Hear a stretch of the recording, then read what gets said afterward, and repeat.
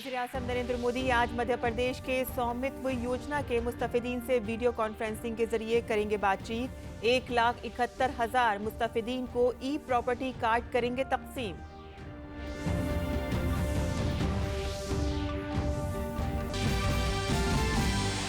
Covid infection के खिलाफ जारी मुल्क की जंग में भारत ने हासिल की एक और अहम कामयाबी। मुल्क में 92 करोड़ से ज्यादा लोगों को लगाए गए कोविड मुखालिफ टीके। पिछले 24 घंटों में 54 लाख से ज्यादा लोगों को दी गई वैक्सीन।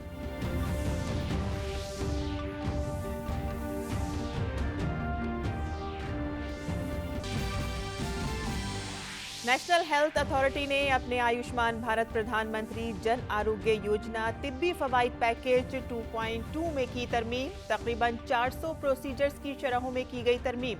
ब्लैक फंगस से मुतालिक इजाफी मेडिकल मैनेजमेंट पैकेज भी जोड़ा गया।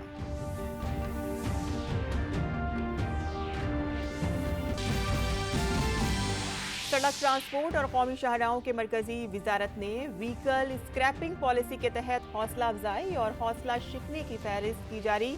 गाड़ी मालिकों का हाई मेंटेनेंस और ईंधन लागत वाली अपनी पुरानी आलूदगी पैदा करने वाली गाड़ियों को जाया करने के लिए हौसला अफजाई करना इस पॉलिसी का है मकसद। श्रीनगर और बांदीपुरा में कल शाम 3 अलग अलग वारदातों में दहशतगर्दों ने श्रीनगर में वाक़े फार्मेसी बिंदरू मेडिकेट के मालिक समेत 3 शहरियों का गोली मारकर किया कत्ल। दहशतगर्दों की तलाश में सर्च ऑपरेशन जारी।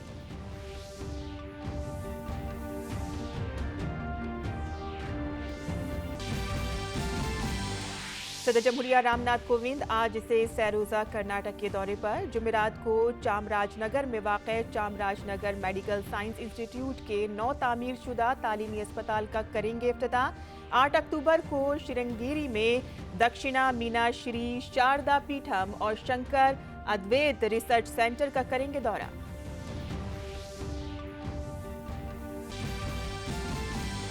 मुंबई इंडियंस ने आईपीएल में राजस्थान रॉयल्स को 8 विकेट से शिकस्त देकर प्लेऑफ में पहुंचने की उम्मीदों को रखा बरकरार। राजस्थान रॉयल्स के खिलाफ जीत के लिए मिले 91 रन के हदफ को 70 गेंद बाकी रहते ही किया हासिल।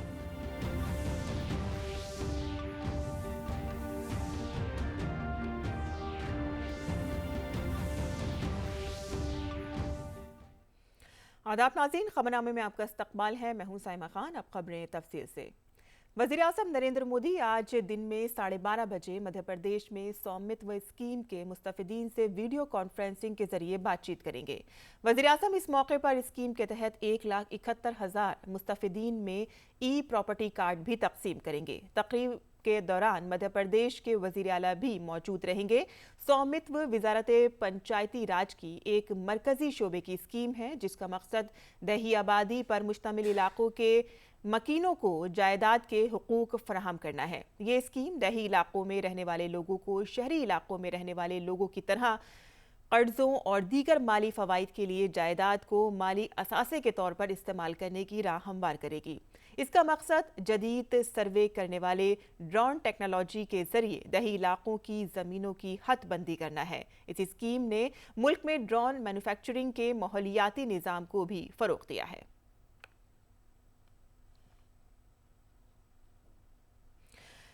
इस पर वज़ीर-ए-आज़म नरेंद्र मोदी ने ट्वीट करके कहा कि मध्य प्रदेश के दही इलाकों के हज़ारों लोग कल ई प्रॉपर्टी कार्ड के साथ अपनी जायदाद का मालिकाना हक हासिल करेंगे। दोपहर 12:30 बजे वीडियो कॉन्फ्रेंसिंग के जरिए ऐसे कई मुस्तफिदीन से बातचीत का मौका मिलेगा। आगे बढ़ते हैं, जहां सदर जमहूरिया रामनाथ कोविंद आज से कर्नाटक के सैरोजा दौरे पर होंगे। सदर जमहूरिया जुमेरात को चामराजनगर वाक़े Chamarajanagar institute of medical sciences के 9 तामीर शुदा तालीमी अस्पताल का इफ्तिताह करेंगे। सदर जमहूरिया 8 अक्टूबर 2021 को श्रृंगेरी में दक्षिणा मीनाश्री शारदा पीठम और शंकर अद्वैत रिसर्च सेंटर का दौरा करेंगे।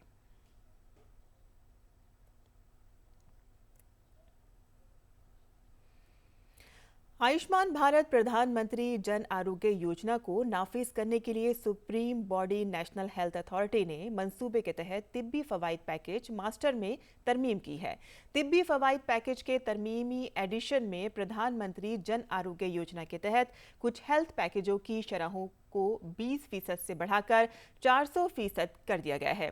तकरीबन 400 प्रोसीजर्स की शरहों में तरमीम की गई है और ब्लैक फंगस से मुतालिक एक नया इजाफी मेडिकल मैनेजमेंट पैकेज भी जोड़ा गया है। तिब्बी फवाइद पैकेज 2.2 के नवंबर 2021 से शुरू होने की उम्मीद है। अथॉरिटी ने radiation oenology procedure, medical management procedure जैसे डेंगू के लिए प्रोसीजर, तेज बुखार से मुतालिक बीमारी वगैरह, ब्लैक फंगस के लिए सर्जिकल पैकेज इलाज, दीगर प्रोसीजर्स जैसे कि दाएं या बाएं हार्ट कैथराइजेशंस, पीडीए क्लोजर, आर्थोडेसिस, क्लोनिसिस्टोमी और एपेंडिकेक्टोमी वगैरह के जुमरों की शरहों में तरमीम की है। मेडिकल मैनेजमेंट प्रोसीजर के तहत वेंटिलेटर वाले आईसीयू की शरहों में 100%, बगैर वेंटिलेटर के आईसीयू के लिए शरहों में 136%, एचडीयू के लिए शरहों में 22% का इजाफा किया गया है, जबकि रूटीन वार्ड के लिए कीमतों में 17% का इजाफा किया गया है।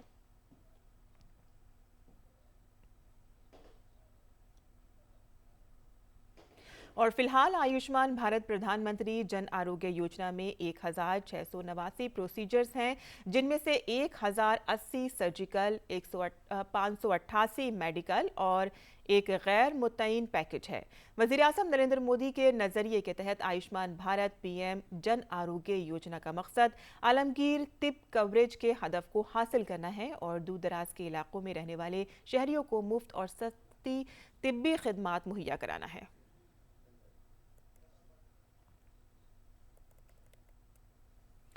मरकजी हुकूमत ने पुरानी गाड़ियों की स्क्रैपिंग पॉलिसी के तहत हौसला अफजाई करने से मुतालिक मंसूबे का नोटिफिकेशन जारी कर दिया है।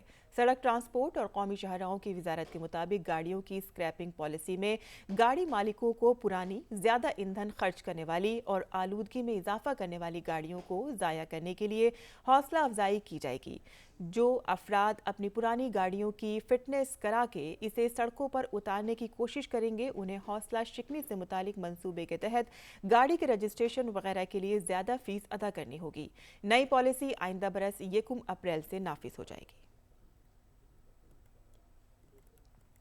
वजारत ने कहा है कि हुकूमत पुरानी और आलूदगी पैदा करने वाली गाड़ियों को ज़ाया करने के लिए हौसला अफजाई के तौर पर स्क्रैपिंग की गई गाड़ियों से मुतालिक इसके मालिक को एक सर्टिफिकेट देगी, जिसके तहत गाड़ी मालिक को नई गाड़ी खरीदने पर रजिस्ट्रेशन फीस में छूट मिलेगी। इसी तरह से 15 बरस से ज़्यादा पुरानी गाड़ियों की फिटनेस जांच और फिटनेस सर्टिफिकेट के रिन्यूअल की फीस भी बढ़ा दी गई है। 15 बरस से ज्यादा पुरानी गाड़ियों के फिटनेस सर्टिफिकेट की फीस में इजाफा, साथ ही 15 बरस से ज्यादा पुरानी निजी गाड़ियों के लिए रिन्यूअल फीस में इजाफा किया गया है। मुल्क ने अब तक 92 करोड़ से ज्यादा अफराद को कोविड के खिलाफ वैक्सीन लगाकर नया रिकॉर्ड कायम कर दिया है। मरकजी वजारत सेहत ने कहा है कि अब तक 92 करोड़ 11 लाख 80 हजार से जायद वैक्सीन लगाई जा चुकी हैं। कल शाम 7 बजे तक 54 लाख से जायद वैक्सीन लगाई गई। अब तक 66 करोड़ से जायद अफराद को वैक्सीन की पहली खुराक दी जा चुकी है, जबकि 25 करोड़ से जायद अफराद को दूसरी खुराक दी जा चुकी है। कौमी सतह पर वैक्सीनेशन मुहिम के तहत मुल्क में 18 से 44 बरस की उम्र के जुमरे के 37 करोड़ 26 लाख से ज्यादा अफराद को वैक्सीन की पहली खुराक और 9 करोड़ 24 लाख से ज्यादा अफराद को दूसरी खुराक दी जा चुकी है।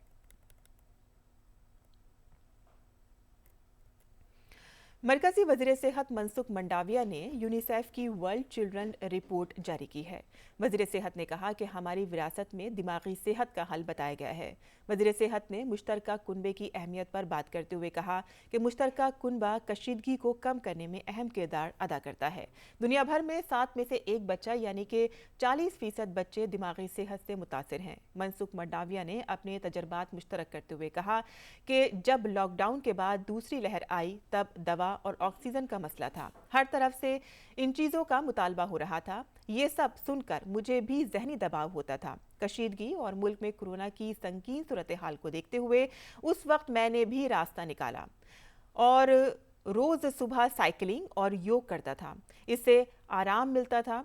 वज़ीर सेहत ने कहा कि हर एक को अपने बच्चों के साथ बातें करनी चाहिए। एक बाप का बच्चे के साथ दोस्ताना रवैया होना चाहिए। घर में मुस्बत माहौल हो तो बड़ी से बड़ी मुसीबत से निकला जा सकता है। मेडिसिन के लिए क्राइसिस हो रही थी, ऑक्सीजन के लिए क्राइसिस हो रही थी। सभी स्टेट से कॉल आते थे, स्टेट के मिनिस्टर का कॉल आता था। हर दिन सुबह से मैं उठता था और शाम तक कोई किसी का इंडिविजुअल कॉल आ जाता था कि हॉस्पिटलाइज है मेरी माँ और ये इंजेक्शन नहीं मिलेगा तो दिक्कत हो जाएगी। ये सब मैं जब सुनता था तब मैं भी मेंटली ट्रेस में आ जाता था। ये ट्रेस का सॉल्यूशन कैसे लाए हम, ट्रेस से हम कैसे निकले। तो मैंने भी उस वक्त ये रास्ता निकाल लिया था कि सुबह में उठ के मैं अर्ली मॉर्निंग 6 बजे साइकिलिंग करने लगा। रेगुलर साइकिलिंग करता था, डीप ब्रीदिंग करता था, उठ के योगा करता था, तो उससे मुझे उससे रिलीव होता था। मुल्क में कोयले की बढ़ती मांग पर मरकजी वजीर आर.के. सिंह ने बताया कि कोयले की मांग बढ़ी है और हम इस मांग को पूरा कर रहे हैं। उन्होंने कहा कि कोयले की मांग बढ़ना अच्छी बात है। इससे पता चलता है कि हमारी मईशत आगे बढ़ रही है। जितनी भी मांग होगी हम इसे पूरा करेंगे। अभी जो डिमांड बढ़ा है और बढ़ा हुआ है, और जितना भी डिमांड बढ़ा हुआ है उसको हम मीट कर रहे हैं। अभी और भी डिमांड बढ़ेगा, उसको भी हम मीट करेंगे। ये इसके लिए हमारे पास पर्याप्त व्यवस्था है। आज के दिन में हमारे पास करीब 4 दिन का कोल स्टॉक्स है और प्रतिदिन हमारे कोल के रेक्स आते रहते हैं। तो हम लोग इसको, और ये हमारे यहाँ ऊर्जा सचिव के अधीन एक समिति है जिसमें कि कोयला मंत्रालय और रेलवेज के पदाधिकारी हैं, तो वो लोग प्रतिदिन इसको रिव्यू करते हैं, इंश्योर करते हैं कि जहाँ जहाँ कोयले की ज़रूरत है वहाँ जाए। डिमांड जो बढ़ी हुई है अच्छी बात है, इसलिए कि यह इंडिकेट करता है कि हमारी इकॉनमी ग्रो कर रही है। और दूसरा कारण डिमांड बढ़ने का यह भी है कि सौभाग्य के अंतर्गत हम लोगों ने 2,82,00,000 घरों को कनेक्ट किया। तो ये सब अब पंखे खरीद रहे हैं, कूलर खरीद रहे हैं, टेलीविज़न सेट्स खरीद रहे हैं, तो डिमांड बढ़ेगी। और NEET PG super speciality exam 2021 में आखिरी वक्त में तब्दीली पर सुप्रीम कोर्ट ने नाराज़गी का इजहार किया है। मरकज़ी हुकूमत के इम्तिहान 2 माह मुलतवी करने की नई तजवीज़ को सुप्रीम कोर्ट ने नामंजूर कर दिया है। सुप्रीम कोर्ट ने कहा कि आखिरी वक्त में इम्तिहान के पैटर्न में तब्दीली मंतकी होनी चाहिए। 41 पीजी डॉक्टरों ने आखिरी वक्त में पैटर्न में तब्दीली के खिलाफ अर्जी दायर की थी। अर्जी में कहा गया है कि नीट सुपर स्पेशलिटी एग्ज़ाम का ऐलान 23 जुलाई को किया गया था, जबकि 13-14 नवंबर को होने वाले इम्तिहान से 2 माह से भी कम वक्त पहले पैटर्न में तब्दीली कर दी गई। जम्मू कश्मीर के बांदीपुरा जिले के हाजिन इलाके में नामालूम बंदूक बरदारों ने मंगल की शाम एक शहरी का गोली मारकर कत्ल कर दिया। बंदूक बरदारों ने मोहम्मद शफी नाम के शख्स पर फायरिंग कर दी, जिससे 2 शदीद जख्मी हो गए। बाद में उनकी अस्पताल में मौत हो गई। और इससे पहले बंदूक बरदारों ने श्रीनगर के मदीना चौक लाल बाजार के पास इकबाल पार्क में बिंदरू मेडिकेट के मालिक माखन लाल पर गोलियां चलाईं। उन्हें अस्पताल ले जाया गया, जहां उन्होंने दम तोड़ दिया। इलाके की घेराबंदी कर दी गई है। दहशतगर्दों को पकड़ने के लिए तलाशी मुहिम जारी है। रियासत के लेफ्टिनेंट गवर्नर मनोज सिन्हा ने दहशतगर्दाना वारदात की मजम्मत की है।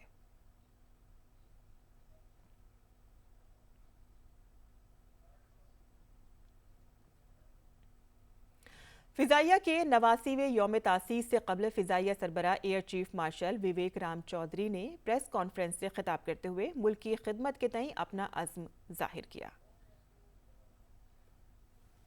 Over the last 1 year, we have participated in numerous international exercises to hone our skills, build strategic partnerships, and further military diplomacy.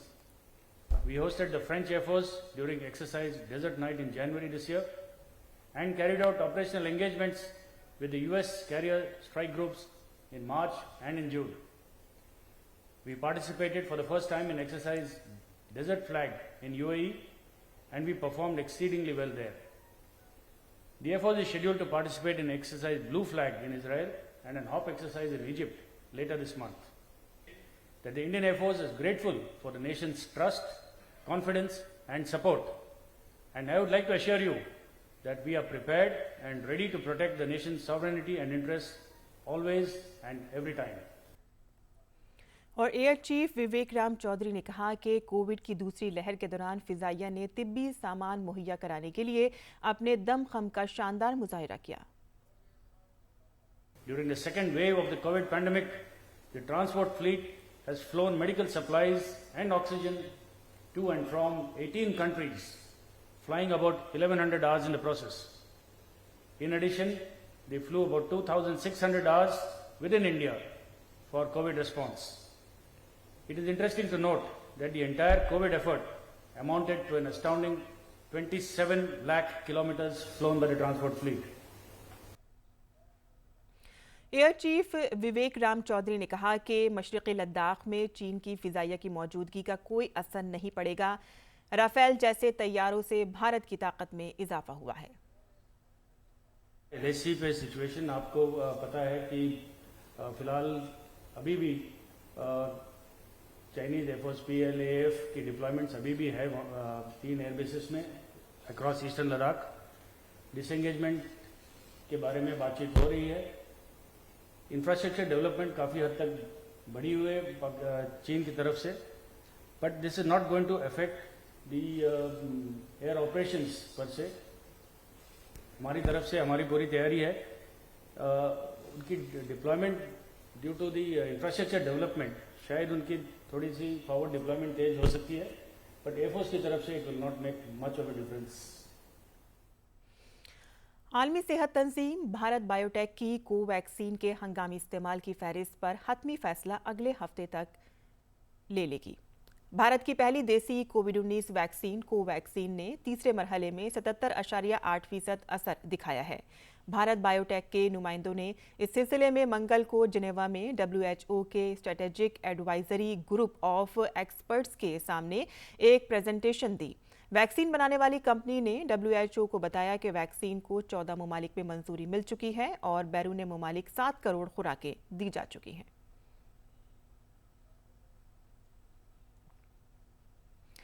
तिब्बियात के लिए नोबेल इनाम जापान, जर्मनी और इटली के साइंसदानों को दिया गया है।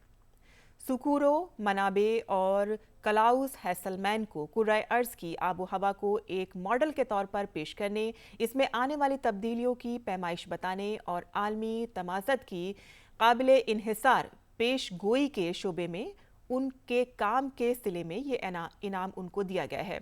इनाम का दूसरा आधा हिस्सा जॉर्जियो पारिसी को दिया गया है। उन्हें ये इनाम एटम जैसी छोटी चीज से लेकर कुर्राए अर्ज तक के तिब्बियाती निज़ाम में बेतरतीबी और कमी बेशी या उतार चढ़ाव पाए जाने की दरियाफ्त पर दिया गया है।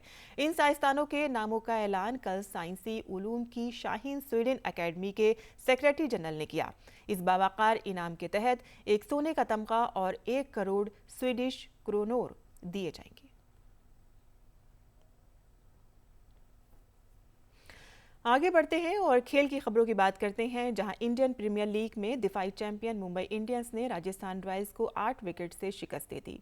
इस जीत के साथ मुंबई की प्लेऑफ में पहुंचने की उम्मीदें बरकरार हैं। टॉस हारने के बाद पहले बैटिंग करते हुए राजस्थान ने 20 ओवर में 9 विकेट के नुकसान पर 90 रन बनाए। जवाब में मुंबई ने 8 ओवर 2 गेंद में 2 विकेट के नुकसान पर 94 रन बनाकर मैच जीत लिया। मुंबई की टीम 70 गेंद बाकी रहते एक बड़ी फतह हासिल की है। ये इस सीजन में गेंद बाकी रहने के मामले में सबसे बड़ी जीत है। ईशान किशन ने मुंबई इंडियंस की जानिब से सबसे ज़्यादा नाकाबिले शिकस्त 50 रन बनाए। मुंबई की जीत के साथ प्ले ऑफ की जंग दिलचस्प हो गई है। मुंबई के 13 मैचों में से 6 जीत के साथ 12 पॉइंट्स हैं। इसका नेट रेट -0.048 है और टीम पॉइंट्स टेबल में 5वें नंबर पर है। इसके साथ ही कोलकाता नाइट राइडर्स के 13 मैचों के बाद 12 पॉइंट्स हैं, लेकिन वो नेट रेट के लिहाज से मुंबई से ऊपर है।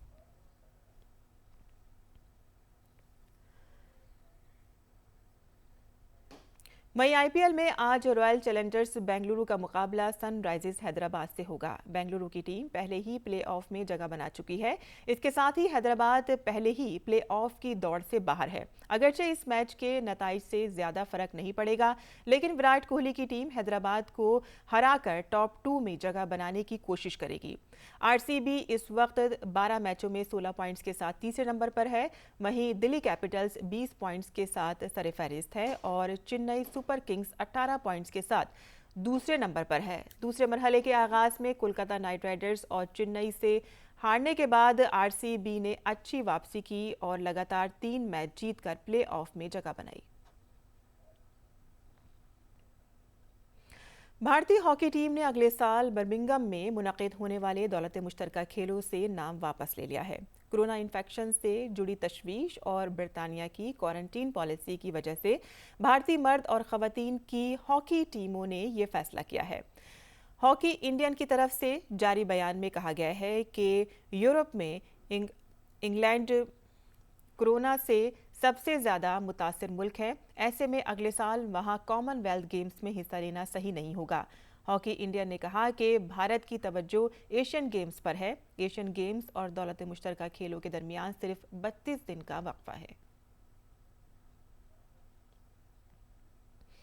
उत्तर प्रदेश का सहारनपुर जिला लकड़ी पर नक्शो निगार के लिए मशहूर है। यहाँ वुडन क्राफ्ट को जीआई टैग मिलने के बाद एक नई पहचान मिली है। अब मुल्क ही नहीं बल्कि दुनिया के कई ममालिक में सहारनपुर की खुसूसी तर्ज पर बनी लकड़ी की ये मसनूआत धूम मचा रही हैं। ताजिरों और कारीगरों को जीआई टैग मिलने का बराह रास्त फ़ायदा मिला है। मकामी सतह पर रोज़गार के मौक़े बढ़े हैं और साथ ही सहारनपुर के इस खुसूसी फ़न के कारीगरों की आमदनी भी बढ़ रही है। देखिए यूपी के सहारनपुर से हमारी ये ग्राउंड रिपोर्ट।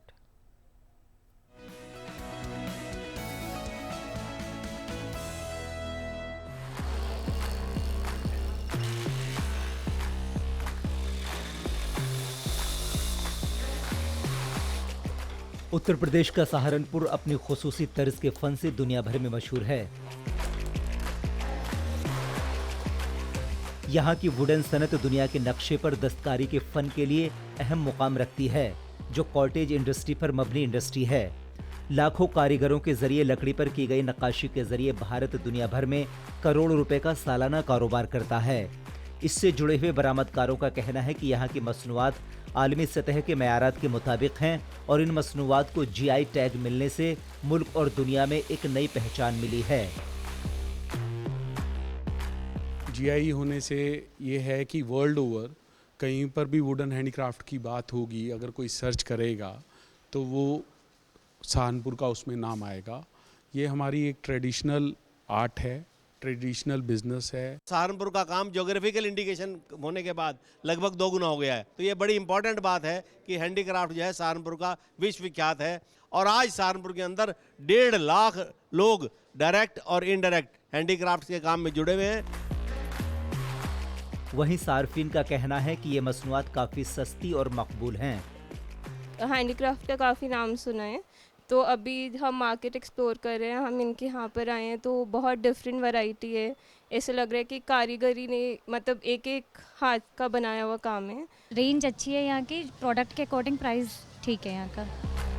सहारनपुर का वुडन क्राफ्ट उन सैकड़ों लोगों के वक़ार की पहचान है जिन्होंने ऐसी मसनूआत बनाकर न सिर्फ आत्मनिर्भर भारत की पहचान को एक नई समत दी है, बल्कि वोकल फॉर लोकल को भी हकीकी शक्ल देने का काम किया है। सहारनपुर से उर्मिलेश भट्ट की रिपोर्ट, डीडी न्यूज़ उर्दू खबरें।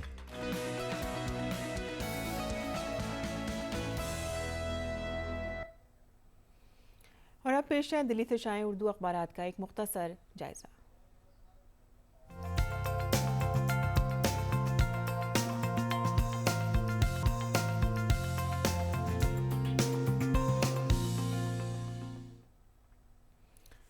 और आज दिल्ली से शाये उर्दू के अखबारात में सबसे पहले नज़र डाल लेते हैं रोज़नामा इनकलाब की सुर्खियों पर, जिसके सफ़े अव्वल की सुर्खी है आज़ादी के अमृत महोत्सव के तहत लखनऊ में मुनक़िद कौमी सतह के न्यू अर्बन इंडिया कॉन्क्लेव का इफ्तिताह करते हुए वज़ीर आज़म नरेंद्र मोदी ने कहा कि मुल्क के देही व शहरी इलाकों की तस्वीर अब बदल रही है।